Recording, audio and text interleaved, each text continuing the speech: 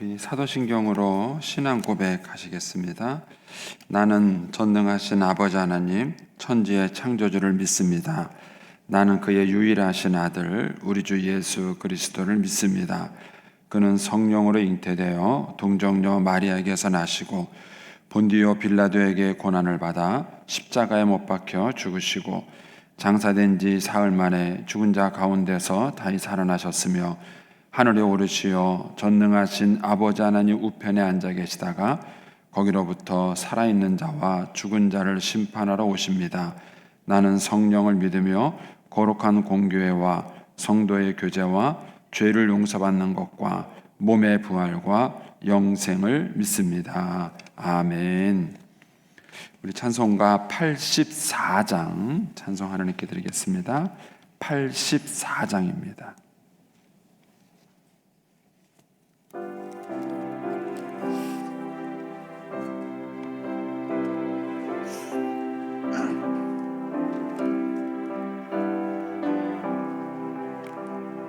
온 세상이 깜깜하여서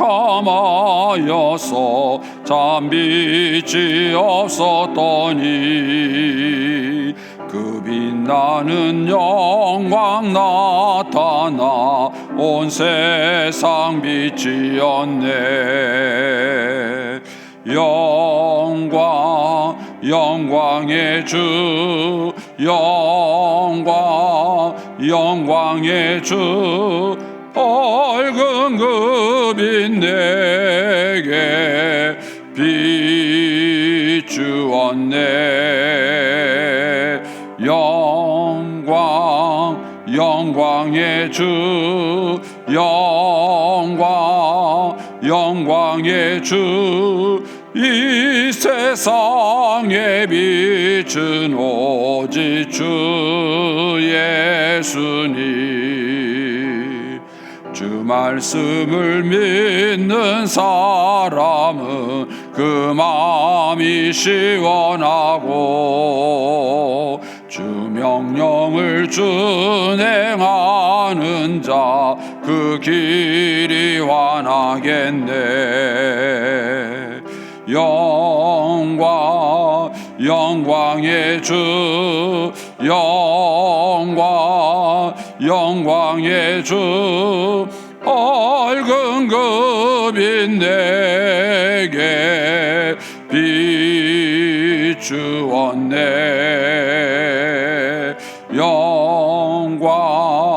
영광의 주, 영광의 주, 이 세상의 빛은 오직 주 예수님. 죄 가운데 사는 사람은 그 눈이 어두워도 그 죄악을 씻는 날에는 그 눈이 밝아지네.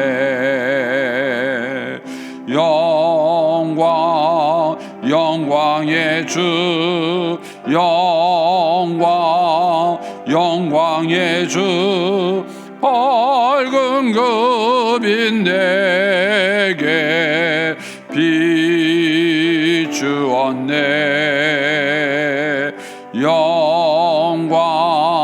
영광의 주, 영광의 주, 이 세상의 빛은 오직 주 예수님. 아멘. 기도하겠습니다. 좋으신 아버지 하나님, 은혜를 감사합니다. 지난 간밤에도 저희들을 눈동자같이 지켜주시고 또 주님 품 안에서 편히 쉬게 하셨다가 이 새벽에도 저희들을 주 앞에 불러주심을 감사합니다. 우리의 마음과 뜻과 정성을 다하여 주님을 사랑하며 사모합니다. 이 새벽에도 말씀과 기도 가운데 저희들을 만나주시며 주의 성령으로 충만케 하여 주옵소서. 주님께 감사의 예물을 올려드립니다. 하나님의 은혜에 감사합니다. 또 1000번째 예물 성탄 예물을 드립니다. 하나님 아버지, 믿음으로 순종으로 감사로 드리는 예물을 주님께서 기뻐 받으시며 약속하신 하늘의 복과 땅의 복으로 충만하게 채워 주옵소서. 주의 은혜로 종의 가정들을 형통케 해주시며 그 자녀들을 축복하여 주시옵소서. 예수님의 이름으로 축복하며 기도하옵나이다. 아멘. 오늘 아침 말씀은 욥기 38장 1절에서 21절까지 말씀입니다. 욥기 38장 1절에서 21절까지 말씀입니다.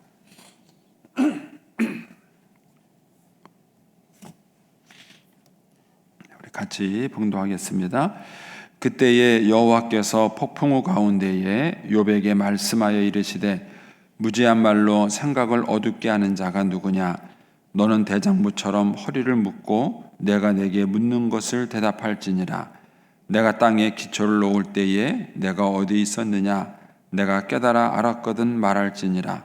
누가 그것의 도량법을 정하였는지 누가 그 줄을 그것 위에 띄웠는지 내가 아느냐?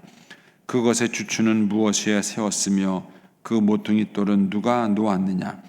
그때의 새벽별들이 기뻐 노래하며 하나님의 아들들이 다 기뻐 소리를 질렀느니라. 바다가 그 모태에서 터져 나올 때에 문으로 그것을 가둔 자가 누구냐? 그때에 내가 구름으로 그 옷을 만들고 흑암으로 그 강보를 만들고 한계를 정하여 문빗장을 찌르고 이르기를 내가 여기까지 오고 더 넘어가지 못하리니 내 높은 파도가 여기서 그칠지니라 하였노라. 내가 너의 날에 아침에 명령하였느냐? 새벽에게 그 일자리를 일러주었느냐? 그것으로 땅끝을 붙잡고 악한 자들을 그 땅에서 떨쳐버린 일이 있었느냐?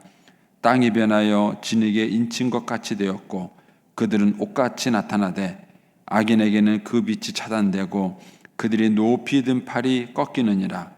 내가 바다의 샘에 들어갔었느냐? 깊은 물 밑으로 걸어다녀 보았느냐? 사망의 문이 내게 나타났느냐?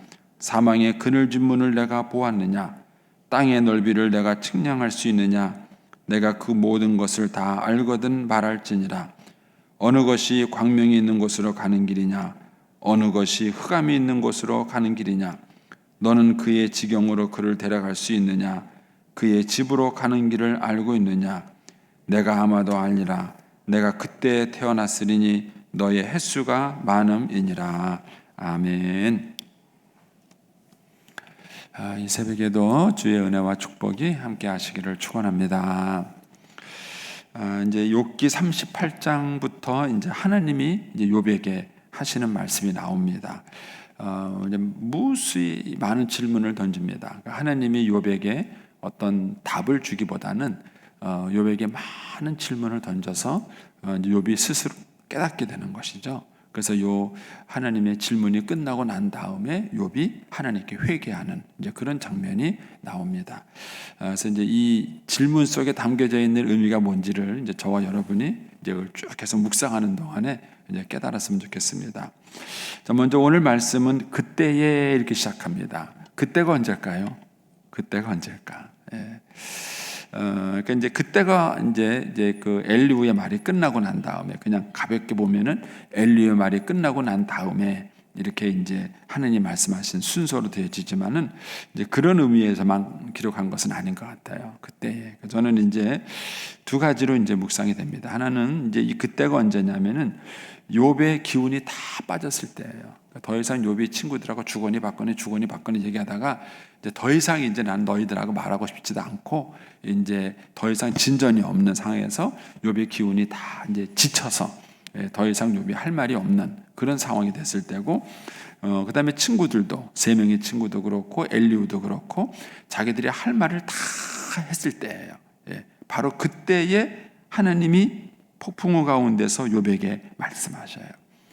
이 표현이 우리에게 주는 대단히 중요한 의미가 있습니다. 그것은 하나님의 음성이 언제 들릴까요? 여러분은 하나님의 음성이 언제 들린다고 생각하세요?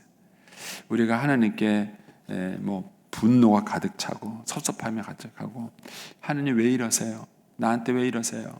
그러면서 막 하나님께 따지듯이 하소연하고 기도하고 소리치고, 여러분 그럴 때는 하나님의 음성이 안 들려요. 하나님의 음성이 안 들립니다. 하나님의 음성은 언제 들리는가? 내 목소리가 작아질 때, 내 목소리가 작아지고 잠잠할 때. 근데 이것이 비단 하나님과의 관계만이 그렇지 않습니다. 부부 사이에서도 갈등이 생겨서 막 얘기할 때 자기 주장이 옳다고 막 얘기하는 동안에는요, 상대방의 얘기를 못 들어요. 듣는 것 같은데 못 들어요. 못 듣는다는 얘기를 이렇게 말하면 못 알아들어요. 여러분들도. 제일 좋은 게 뭐냐면은 막 얘기할 때 상대 부부가 막 논쟁하고 얘기할 때 내 얘기를 상대방이 듣고 말한다고 생각하세요?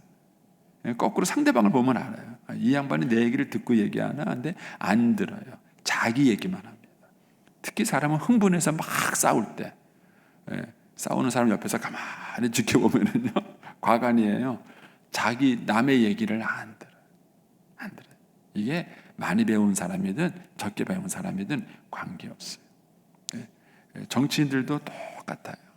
하는 법은요, 상대방의 얘기를 좀 듣고, 듣고 난 다음에 뭐 주거니 받거니 이렇게 얘기가 돼야 되는데, 그게 아니라 자기 얘기만 막 하는 거예요. 내 목소리가 크는 동안에는 상대방의 목소리가 들리지 않아요. 그런데 하나님의 음성도 마찬가지예요. 하나님의 음성도 언제 들리는가? 내 소리가 가라앉을 때, 내 목소리가 가라앉고 내 생각이 가라앉을 때, 차분할 때 하나님의 음성이 들리는 거예요. 그때 하나님의 음성이 들려요. 엘리야도 이제 그 갈멜산의 기적 이후에 그가 이제 자기를 죽이겠다는 소리를 듣고 도망을 가죠. 그랬을 때 폭풍우 가운데서도, 지진 가운데서도 하나님을 만나지 못해요. 그런데 세미한 음성으로 하나님의 음성이 들릴 때에, 그때 엘리야가 하나님을 만나는 경험을 하는 거예요. 그래서 하나님을 만나는 경험은 언제 하는가? 음성이 들릴 때. 요한복음에 보면은 태초에 말씀이 계시니라, 이 말씀은 곧 하나님이시니라 그랬어요. 여러분, 하나님을 만난다는 경험을 한다는 얘기는요, 하나님의 음성이 들리는 경험을 하는 거예요. 그리고 그 하나님의 음성을 듣고 내가 깨닫는 경험을 하는 거예요. 그때 내가 하나님을 만났다 이러는 거예요. 여러분, 이제 예배도 보면은요, 묵도, 찬송, 기도, 그 다음에 뭐 성가대 찬양, 그 다음에 설교, 축도, 뭐 헌금, 이런 순서가 쫙 있어요. 근데 이런 순서를 다 지냈을 때 여러분 언제 하나님 만났다는 생각이 드세요? 언제? 찬송할 때요? 헌금할 때요? 언제 만났다는 생각이 드세요? 물론 그 모든 순서마다 하나님을 만날 수 있는 순서인 건 맞아요. 그런데 그 많은 예배 순서 가운데서도 하나님의 임재를 경험하는 가장 중요한 순간이 언제냐면은 설교 시간이에요. 그래서 여러분들이 설교 시간에 은혜를 못 받으면은 예배를 잘못 드렸다는 생각이 들고, 오늘 내가 하나님을 만나지 못하고 갔다는 생각이 드는 거예요. 그만큼 하나님은 말씀을 통해서 우리를 만나 주시는 거예요. 말씀을 통해서 우리를 만나 주시는 거예요. 그래서 이 욥이 또 친구들에게 하나님께서 언제 나타나셨느냐, 이 논쟁의 초반기에 나타나지 않으셨어요. 자기들끼리 막 주거니 받거니 막 얘기하고 이제 더 이상 자기들끼리 주거니 받거니 할 말이 없이 그 논쟁이 가라앉았을 때, 그때 하나님이 나타나셔서 뭐 하시는가? 말씀하십니다. 그래서 우리가 하나님의 음성이 들릴 때, 하나님의 말씀이 들릴 때, 그때 비로소 내 삶에 회복이 일어나는 것입니다. 그래서 우리가 하나님의 음성을 듣는 것이 되게 중요해요. 저도 이제 말씀 묵상을 이렇게 꾸준하게 하려고 애를 쓰는데, 이게 하다 보면 이제 목회 스케줄 때문에 바빠서 아침에 못할 때가 있어요. 그런데 낮에나 이런 시간에 하면은요, 하나님의 음성이 제일 잘 안 들려요. 제일 좋을 때가 저 같은 경우는 새벽에 여러분 만나러 오기 전에 새벽에 할 때, 그때가 하나님의 음성을 듣기가 제일 좋아요. 하나님의 음성은 언제 들리는가? 내 목소리가 잠잠해질 때. 그거는 입의 목소리만 말하는 게 아니에요. 마음의 목소리도 말하는 거예요. 마음의 목소리도 잠잠해질 때, 그때 하나님의 음성이 들립니다. 자, 그러면서 이제 2절에 주님께서 이렇게 얘기하셔요. 무지한 말로 생각을 어둡게 하는 자가 누구냐? 이거를 조금 더 이제 우리말 성경으로 읽어보면 이해가 쉬우세요. 알지도 못하면서 말로 이치를 어둡게 하는 사람이 누구냐, 이런 얘기예요. 예. 그러니까 사실 우리는 많은 경우 무지한 말로 말할 때가 참 많아요. 예. 우리가 느끼잖아요. 저도 이제 저희 어머님한테 참 잘하려고 많이 애를 썼어요. 고민도 많이 하고 어머니하고 싸우기도 많이 싸웠지만은 어머님께 잘하려고 참 많은 애를 썼는데, 이번에 저 손녀 둘을 이렇게 케어하면서 느낀 게 있어요. 예. 아, 우리 어머님 마음이 이렇겠구나. 근데 내가 조금 더 깊이 어머님의 마음을 다 헤아리지 못하고 싸운 게 있었던 거예요. 예. 물론 이제 저희 어머님도 미숙한 게 많이 있으셨어요. 그런데 우리 어머님이 그때 이래서 이러셨겠구나 하는 것이 깨달아지는 게 있어요. 뒤늦게요. 예. 근데 그러면서도 저는 이제 어머님하고 논쟁을 한 거죠. 어머님하고 논쟁을 하면서 막 이렇게 싸웠는데, 뒤돌아보면은 내가 좀 더 무지했구나, 이런 생각이 들 때가 있어요. 하나님께서 욥에게 처음 지적한 것은 바로 그거예요. 무지하다는 거예요. 이 38장부터 하나님이 욥에게 많은 질문을 던져요. 거기 보면 3절 끝에 가면은 이런 말이 있죠. 내가 내게 묻는 것을 너 대답하라. 4절 중간에 가면은 너 어디 있었느냐. 5절 끝에 가면은 내가 아느냐. 이런 표현들이 나와요. 그러니까 하나님이 계속 욥에게 이런 질문들을 막 던져. 너 이거 알아? 너 이거 알아? 너 이거 알아? 계속 질문 던져요. 결론은 뭐냐면은 욥이 무지하다는 것을 깨닫는 거예요. 내가 아무것도 모르고 있었구나. 그런데 내가 마치 아는 것처럼 얘기했구나 하는 그 자기 무지에 대한 깨달음을 하나님이 주시려고 한 거예요. 이게 그렇게 참 어려워요. 그게 참 어려워요. 네, 자녀들도 그렇잖아요. 부모들이 이렇게 권면하고 얘기할 때 자기들이 똑똑하잖아요. 네, 자기들이 똑똑하고 자기들이 또 아는 게 많아. 배운 것도 많고. 그래서 부모님들이 하는 말에 꼬박꼬박 대들어요. 그런데 세월이 지나면 자식들이 아는 게 많이 아는 게 아니에요. 근데 그거를 인간이 깨닫지 못하는 거예요. 자기가 깨닫지 못해요. 그러니까 그 자기가 무지한다는 걸 깨닫는다는 것이 그게 큰 은혜예요. 욥은 이제 그거를 몰랐던 것이죠. 그래서 하나님이 그걸 깨닫게 하도록 하기 위해서 계속 욥에게 이제 질문을 던지는 거예요. 그러면서 3절에 가시면 너는 대장부처럼 허리를 묶고 내가 내게 묻는 것에 대답을 하라. 근데 이 많은 질문에 결국 욥은 답을 못 해요. 그리고 내린 결론이 뭐냐면은 내가 무지하구나 하는 이 깨달음이에요. 이 깨달음이 욥을 바꾼 것입니다. 여러분, 우리가 삶을 살아가면서 이 깨닫는다는 것이 얼마나 큰 은혜인지 몰라요. 불교에서도 그 석가모니가 고행을 하다가 깨닫고 경지에 올랐다는 그런 표현을 쓰잖아요. 깨닫고 난 다음에 그 스스로 도를 깨닫고 경지에 올랐다, 이런 이제 표현을 쓰는데, 깨닫는 것이 사람을 바꿔요. 깨닫기 전에는 사람을 바꾸지 못해요. 나중에 이제 기회가 되면 제가 여러분에게 로마서 설교를 또 한번 하겠지만은요, 사도 바울이 이 로마서에서 복음을 쭉 쓰면서 그의 일생에 큰 변화가 일어난 것이 7장이에요. 로마서 7장과 8장 그 사이예요. 근데 그 로마서 7장에서 사도 바울이 변화가 일어난 것 중에 하나는 그거예요. 내가 원하는 바 선은 행하지 아니하고 원치 않은 바 악을 행하는다. 이걸 깨달은 거예요. 여러분, 사람이 원하는 것과 행동하는 게 똑같을까요?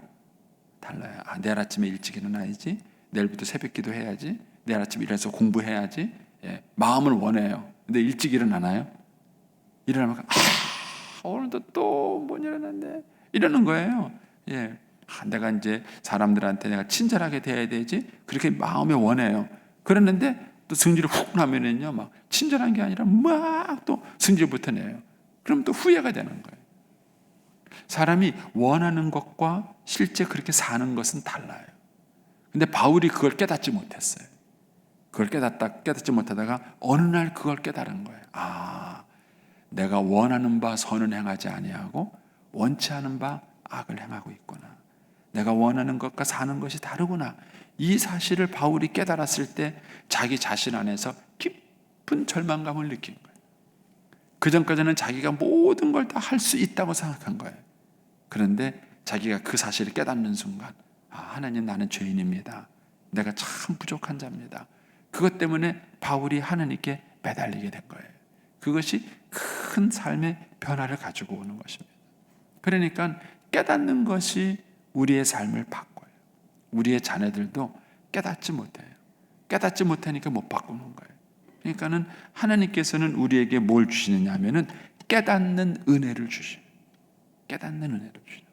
그래서 그 깨닫는 은혜를 주기 위해서 주님께서 우리에게 뭐 하시는가 하면 말씀하시는 거예요. 많은 얘기를 말씀하시고 그 말씀을 통해서 하나님이 우리 자신을 깨닫게 하시는 거예요. 그리고 그것이 우리의 삶을 바꿔가는 것입니다. 그러면서 이제 4절 이하부터 이제 하나님의 욥을 향한 질문이 시작이 됩니다. 많이 질문해요. 4절부터 6절까지는 기초에 대한 질문이에요. 그리고 이제 8절부터 11절까지는 바다의 한계에 대한 질문이세요. 그리고 12절부터 15절까지는 해가 뜨고 지는 것에 대한 질문이에요. 그리고 16절부터 20절까지는요, 바닷속 깊은 곳, 땅속 깊은 곳에 대한 질문이에요. 자, 이제 큰 분류를 이렇게 하고 좀 보겠습니다. 4절에 가시면 내가 땅에 기초를 놓을 때에 내가 어디 있었느냐. 이걸 통해서 이렇게 깨닫는 게 있어요. 뭐죠? 땅에 기초를 놓으신 분은 누구다? 하나님이세요. 하나님이세요. 여러분, 이 기초라는 게 얼마나 중요한지 몰라요. 내가 땅에 기초를 놓을 때 내가 어디 있었느냐. 제가 이제 농촌교회에 있을 때 사택을 졌어요. 사택을 졌는데 그 교회 땅이 이게 약간 큰 산은 아닌데 구름 같은 산 기슭에 교회가 있었어요. 그래갖고 땅이 경사가 졌어요.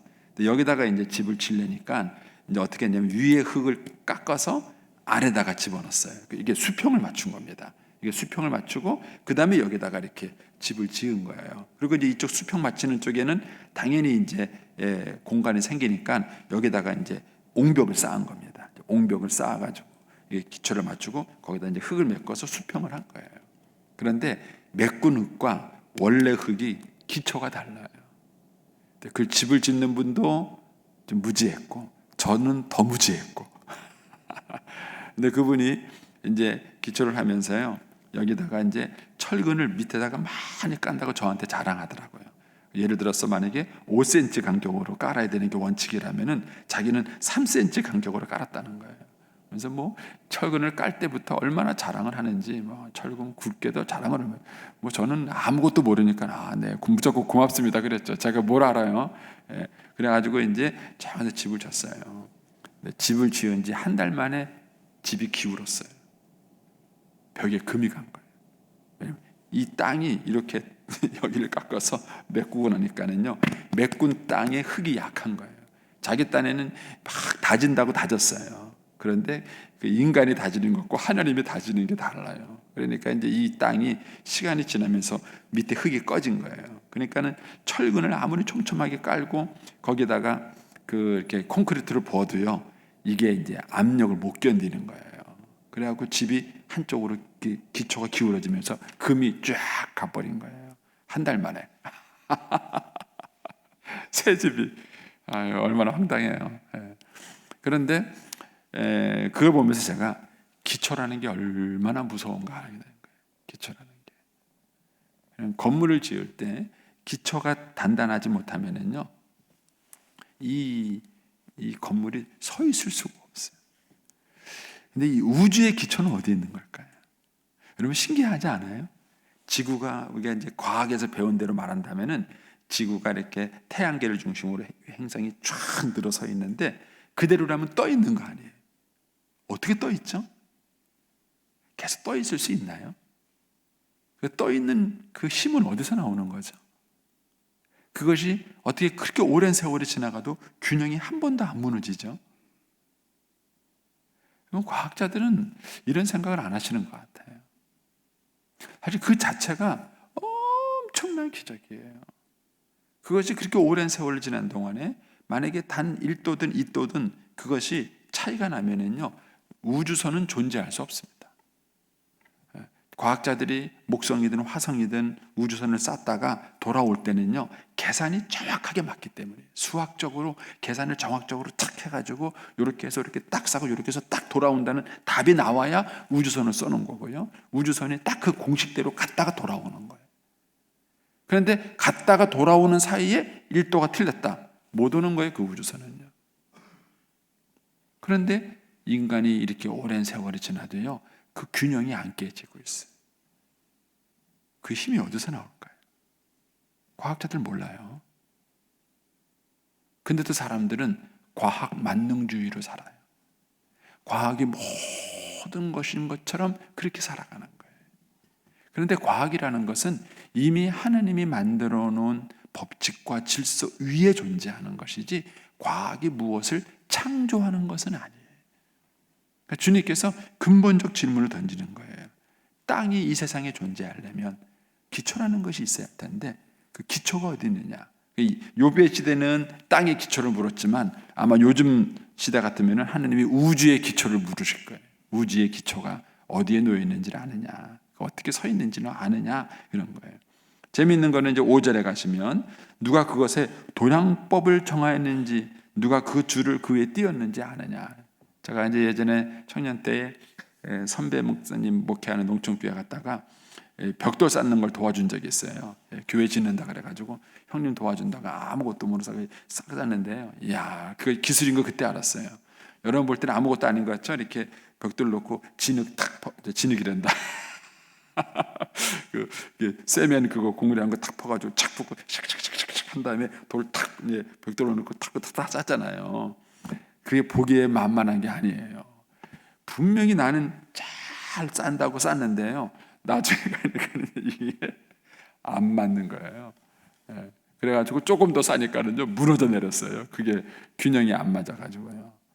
그게 정확하게 치수가 맞아야 돼요. 정확하게 치수가 맞고요, 높이가 맞아야 돼요. 그런데 그것을 재는 도량법.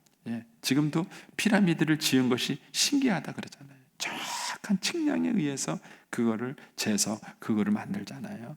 그러니까 이제 그런 도량법, 그 줄, 그걸 누가 만들었는지 너 아느냐? 이렇게 이 우주에 대한 치밀한 하나님의 대량이 있어가지고 일정한 법칙으로 세상이 돌아가는 거예요. 6절에 가시면 그것의 주초는 무엇에 세웠으며 그 모퉁이 돌은 누가 놓았느냐. 그렇죠. 이제 건물을 짓는 분이라면 알아요. 가장 중요한 것이 기초고요. 그것의 시작이 되는 기초가 되는 모퉁이 돌이에요. 그 기준을 잘 잡아서 이것이 정확해야 집이 안전한 거예요. 그러니까 이것에 대해서 주님이 이제 욥에게 물어보는 것입니다. 여러분들은 아시나요? 재밌게도요, 21세기의 과학이 아직도 이거 답을 못합니다. 욥기에 써 있는 이 질문을 아직도 답을 못해요. 그런데도 인간들은 모든 걸 안다고 생각하는 거예요. 자, 그때 7절에 가시면 그때에, 그렇게 하나님이 천지를 창조할 때에 새벽별들이 기뻐 노래하며 하나님의 아들들이 다 기뻐 소리를 지르는, 여기서 말하는 새벽별 하나님의 아들들은 천군 천사를 말하는 거예요. 그러니까 뭘 알 수 있습니까? 천군 천사는 세상이 창조되기 전부터 존재했다는 사실을 알아요. 그리고 하나님이 천지를 창조할 때 이 천군 천사들이 하나님을 찬양하면서 예배했다 하는 사실을 여기서 우리가 알 수 있습니다. 8절에 가시면은요, 바다가 그 모태에서 터져 나올 때에, 이거는 지금의 과학자들도 인정하는 거예요. 이 육지에서 흘러 들어가는 물로만 가지고 바닷물이 존재하는 게 아니에요. 바닷속 심의 깊은 곳에는 바닷속 심의 깊은 곳에서 나오는 샘이 있다 그래요. 그러니까는 참 재밌어요. 이 욥기가 아브라함 시대에 쓰였던 책으로 우리가 이제 추정이 되는데요. 그 당시에 지금 21세기의 과학이 밝혀낸 일들을 알고 있는 거예요.